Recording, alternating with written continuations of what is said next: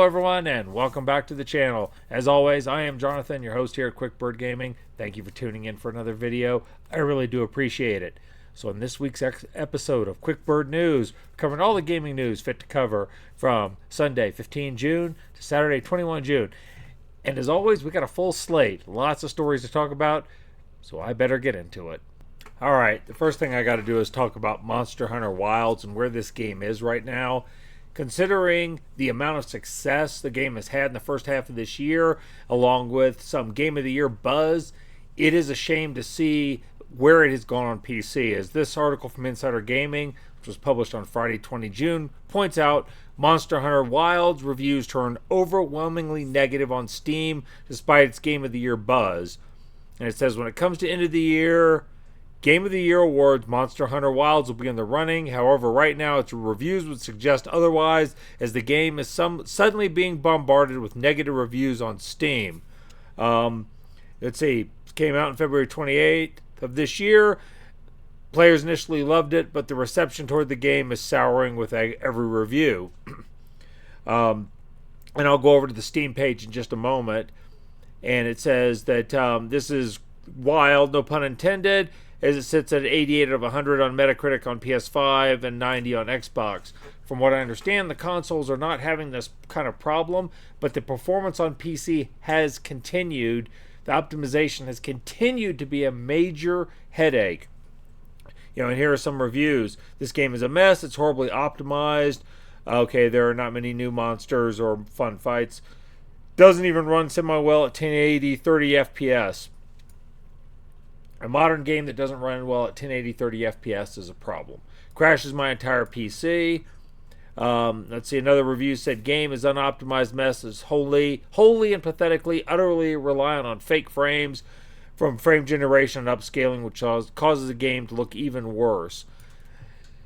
Now, like I said, this is kind of a shame because this game has done so well. As this article back on IGN from the end of March pointed out, it has breezed past 10 million copies sold. It's not 10 million on PC, 10 million total, but it was a big success.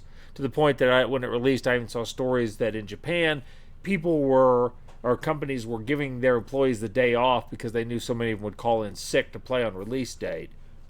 So the game has done very, very well. However, it is still a PC problem.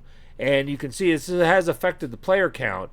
It's down to just, it's dropping under 10,000 players in a given day. And people say, this is as of Saturday night on the 21st, people will say, oh, well, all games drop off. Yeah, but not all games go to 1.4 million players to start with. That's like a 99% attrition ratio. And then if you pop over to the actual Steam page, overall mixed reviews, which has been hovering, it's been kind of sitting in that 50%-ish range since it launched because of the optimization, but the recent reviews, overwhelmingly negative. 17% of 10,000 reviews in the last 30 days are positive, and that's a problem. Look, I'm not sure what's going on with Capcom on this. I don't want to say this is a Capcom-wide problem because I think about recent games that they released in the last 4 or 5 years. The Resident Evil 2 and 3 remakes, Devil May Cry 5, that have come to the PC that have run very well, and they've been big hits. I said even Resident Evil 4 remake. I'm just trying to think of some others. But they had this one that had performance problems. From what I read, Dragon's Dogma 2 last year had major performance problems. It's still sitting at a mixed rating on Steam. It had a lot of performance problems. I think some of those were fixed. They eventually patched out, but they have not been able to seem to get Monster Hunter Wilds patched up. And it makes me wonder what this is going to do to the long-term performance of Capcom on PC. Are people not going to trust it? Are they just going to continue to buy the products? To be determined. But Monster Hunter Wilds continues to be quite a mixed success story. Next is this article from Eurogamer from Monday, June 16th. Borderlands 4 special editions and price confirmed, and it won't cost $80. Okay. Let me scroll down here and it says, with Borderlands 4 September release inching closer, it is set for September 12th, I think on all platforms. Publisher Take-Two has announced pricing and a variety of special editions for the shooter. And the good news for anyone worried about an $80 price tag, the standard edition does not, it turns out, cross Gearbox boss Randy Pitchford's real fan threshold. And I covered this a few weeks ago, where when asked about the price, Pitchford basically said in a response to a tweet where somebody said it better not be $80 because so much of the industry is moving to $80. Pitchford responded, said, if you're a real fan and it's $80, you'll find a way to make it happen. Tone deaf and pretty dumb, but we are talking about Randy Pitchford here. Let's see. The Take-Two has now confirmed Borderlands 4 will in fact cost $70 for the standard edition of the game. Now, of course, there are special editions down here, and this is Eurogamer, so they're using pounds, not dollars. The standard edition is $60 on Steam and Epic, $70 on console, $90 for the deluxe edition, and $120 for the super fan or super deluxe edition. And these contain different goodies and features. I'm sure that within a few months they will announce the super duper deluxe fan edition at $150, which will include a statue of Randy Pitchford giving you the middle finger as the consumer or something to that effect. So it turns out that if Pitchford had to have known when he made that tweet, made that comment, that the standard edition was not going to be $80. I don't know if he was purposefully trying to antagonize people, if he was given a gag order from his bosses up at Take-Two, or if he just wasn't thinking. I don't know. Any of these seem equally probable, but it just goes to show that we continue to not necessarily have the sharpest knives in the drawer running this industry. I'm honestly not quite sure what to make of this GamesIndustry.biz article from Thursday, June 19th. New report suggests third-party Switch 2 games are, quote, below estimates. It's hard to describe these statistics as positive. Now, this article basically says that though the sales of Nintendo's new Switch 2 hardware have become one of the fastest selling consoles ever, sales of third-party games have reportedly been sluggish and below estimates. That's according to a new report by the games business, which intimates that despite attracting strong buy-in from partners, like a lot of big companies, and though third-party publishers have fared better with the Switch's 2 launch than its predecessor, most posted very low numbers.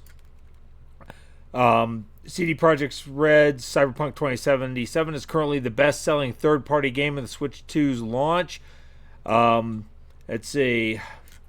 Report author Christopher Dring added, it's hard to describe these statistics as positive. Most posted very low numbers. One third-party publisher characterized numbers as below our lowest estimates. Said, let's see. It doesn't really say a whole lot more about this other than talking about the Switch 2 physical sales. I'm not quite sure what to make of this.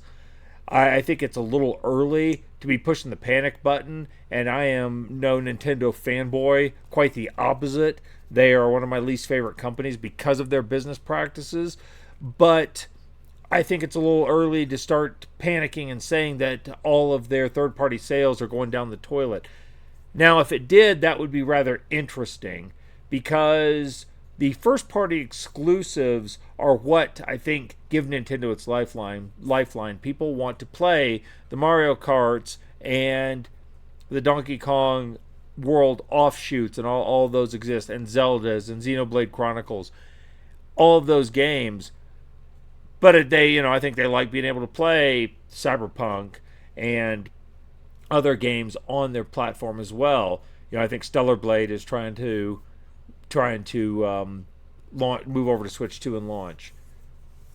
But if those games aren't selling, this is going to be rather interesting. Like I said, I think it's too early to tell. I think this is just one report, so I'm not quite ready to say the Switch 2 is isolating itself, walling itself off into its own exclusive games that nothing else is going to really do well on it.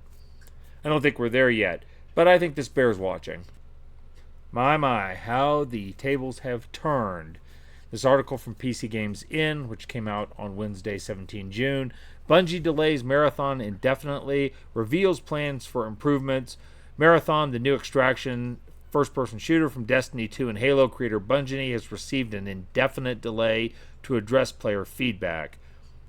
Okay, and this talks about Marathon a little bit. It says, now instead of aiming for its intended launch this September, Marathon has been delayed indefinitely. When we last heard about Marathon, Sony CEO Herman Hulst acknowledged the underwhelming alpha response. And then the development update posted on Bungie's official website today, the same day as the article released on Wednesday, 17th. Through every comment and real-time conversation on social media and Discord, your voice has been strong and clear. The development update reads, the post goes on to officially announce Marathon's delay, explains that Bungie will continue closed testing, yada, yada, yada. You'll hear from us again later this fall when we can share the progress we've made alongside the game's new release date. So let me skip over to Bungie.net, and this is actually their development update that they posted on the same day as the article. Okay, they said thank you not only for your passionate feedback around the Marathon reveal and alpha playtest. Okay, this is all kind of corporate speak for we didn't do a good enough job, we're going to try and do better. Okay, we'll continue closed testing, test new features as they come online. Some of our immediate focus areas will be upping the survival game, more challenging and engaging AI encounters, more rewarding runs, more making combat more tense and strategic, doubling down the Marathon universe, increased visual fidelity, more narrative entertainment storytelling, and a darker tone.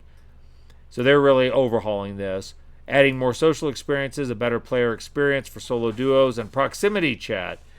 Now the proximity chat thing is interesting. I couldn't find the original article on this, but if I remember correctly, Bungie had said they didn't want to include proximity chat, and for anyone who might not know, proximity chat in a multiplayer game is when your characters in game are close enough you can actually talk, much in the manner as you could in the real world. You know, you can't talk to your companion if they're on the other side of the map, but when they're close enough to you, you can actually chat.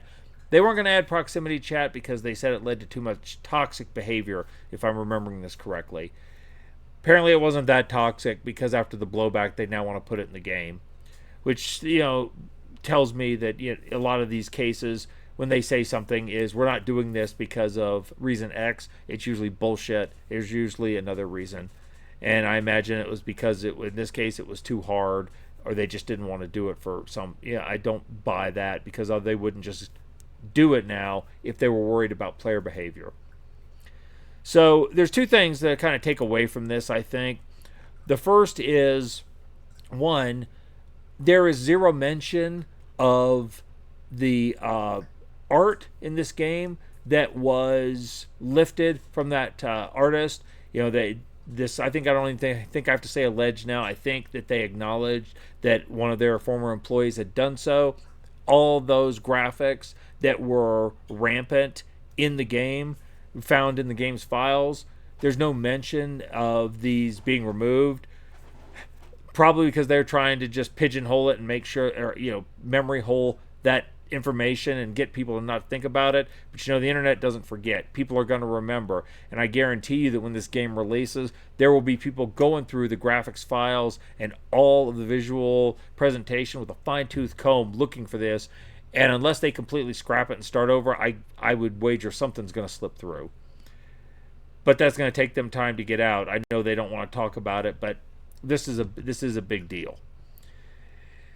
Secondly, I think the takeaway is this. They say right here, we made the decision to delay the September 23rd release. Well, they're going to push this back now, and with as much as they're changing, I don't expect to see this before the end of the year. Now, the problem is there is a big pulsing, alarm of a release coming out at the end of May of next year known as Grand Theft Auto 6. And I don't think any company with a major release on their schedule wants to be anywhere near that. I would wager at least a month in front of it and 2, maybe 3 months behind it, you're not going to see any major releases. So if Bungie can't get this out by, February or March, you probably aren't going to see it until over a year from now, till later next summer. And it makes me wonder, can they afford that kind of delay? How much more money can they shed into this, shake off with this project before the studio becomes insolvent? There was a time 7 or 8 years ago when we would have said the fact that Bungie might be closing, like a lot of these studios, would be inconceivable, it'd be unthinkable. Now it's just becoming a week-to-week practice that some other studio is shut down. Do I think Bungie can get their act together and clean this up well enough to overcome the negative press?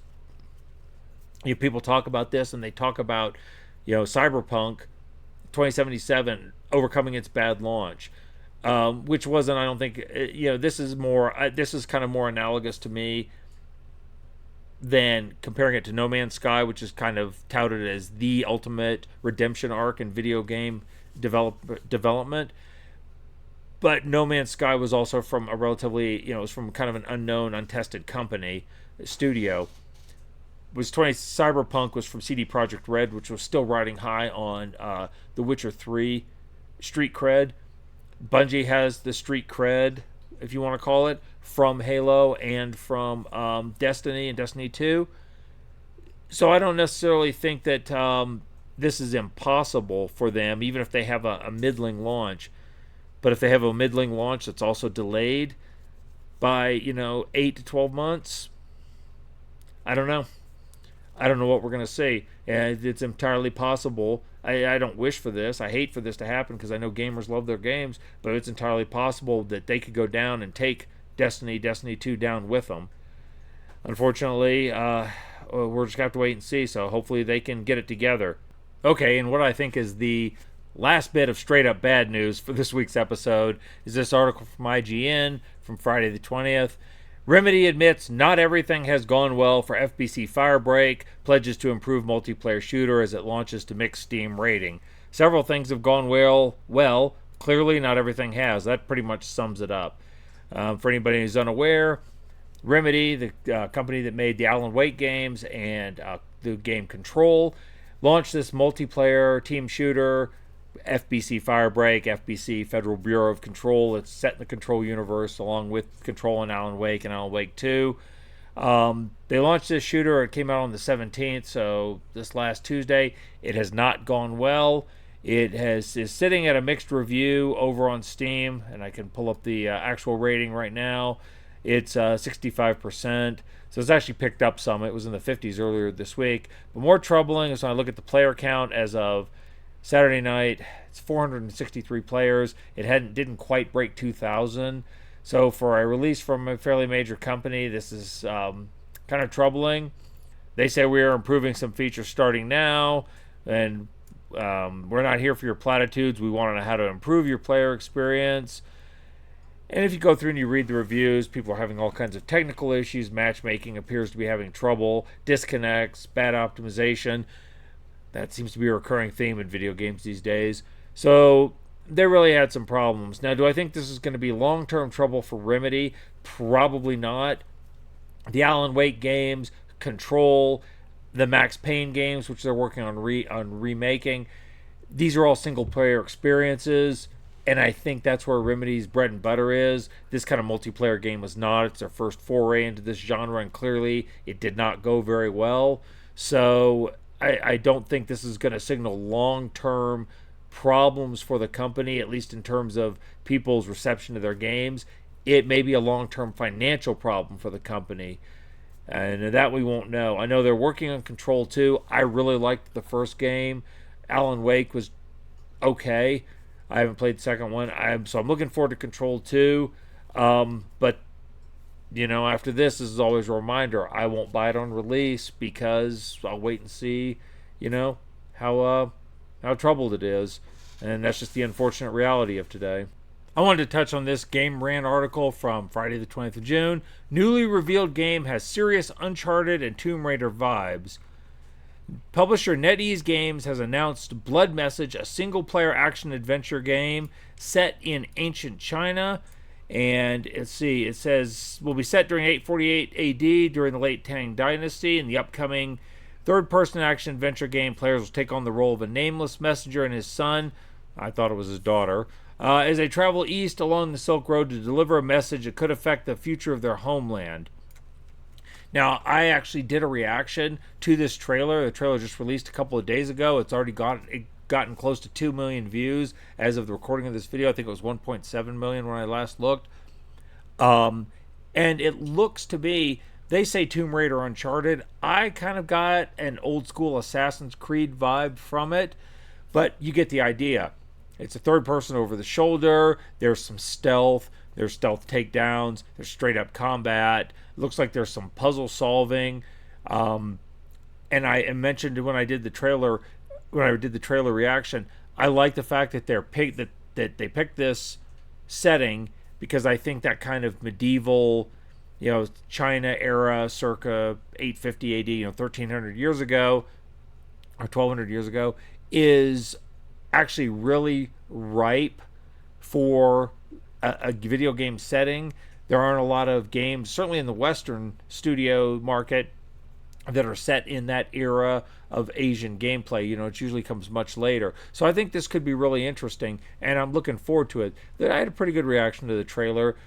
For the most part, as is always the case, we won't know until we get our hands on it, till it gets closer, till we see some more of the systems, some more of how the game plays and feels. And I really never know for sure how I'm going to feel about a game till I have it in my hands and I'm playing it. But the first impression for me was positive.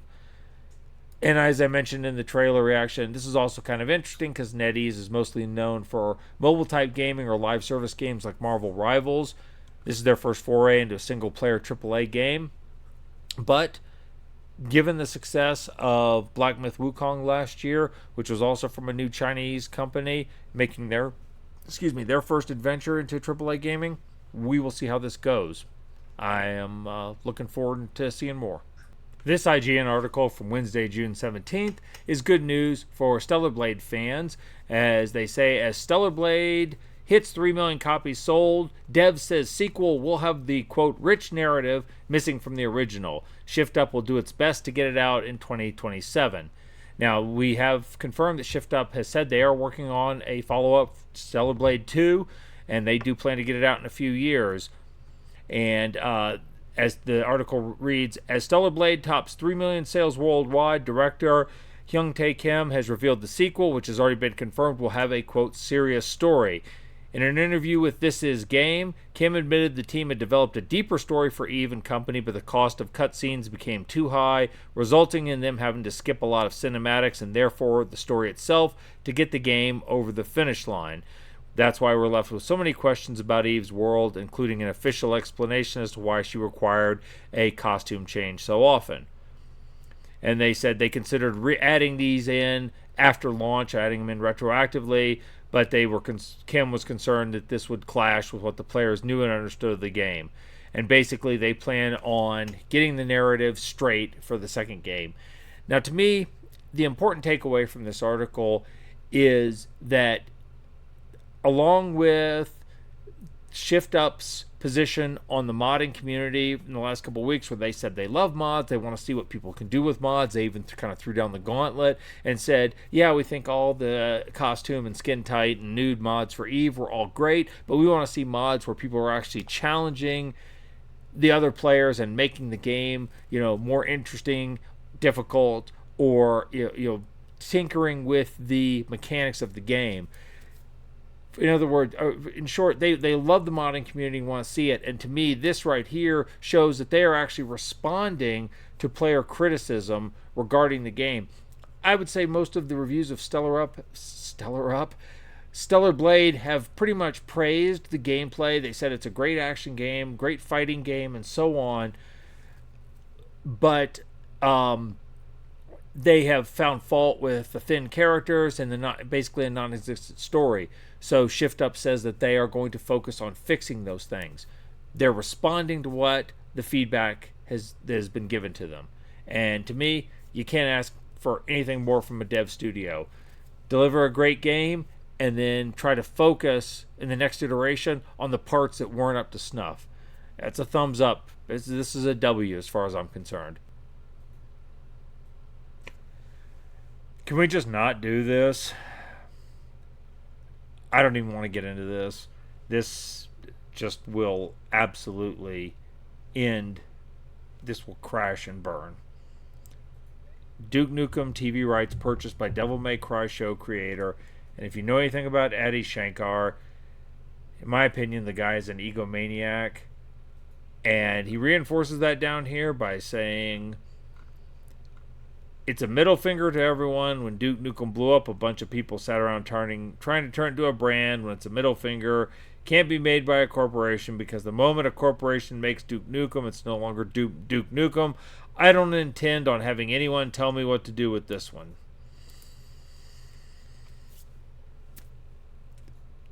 I would say watch this at your own peril. At peril to your own sanity. Okay, gang. On that note, I'm going to leave this one here. As always, if you enjoyed this content, please consider subscribing to the channel, dropping a like on the video, leave me a comment down below. I had to cut out a couple of stories in the interest of time this week, one of which was about the Capcom showcase upcoming next week, where they're going to be talking about Monster Hunter Wilds for one, but more Resident Evil 9 and Pragmata and some other games they have coming out. I had to cut a story about Nexus mods being purchased and what that's going to mean. If you would have preferred to see those stories, please let me know. I always love to know what content I should be covering if I'm missing big stories. I appreciate that kind of feedback. Well, this is my second video for the night, so I am pretty wiped out. I'm going to call it here. Thank you all for tuning in. You all go out there, take care of yourselves, live your best lives, and y'all stay gaming.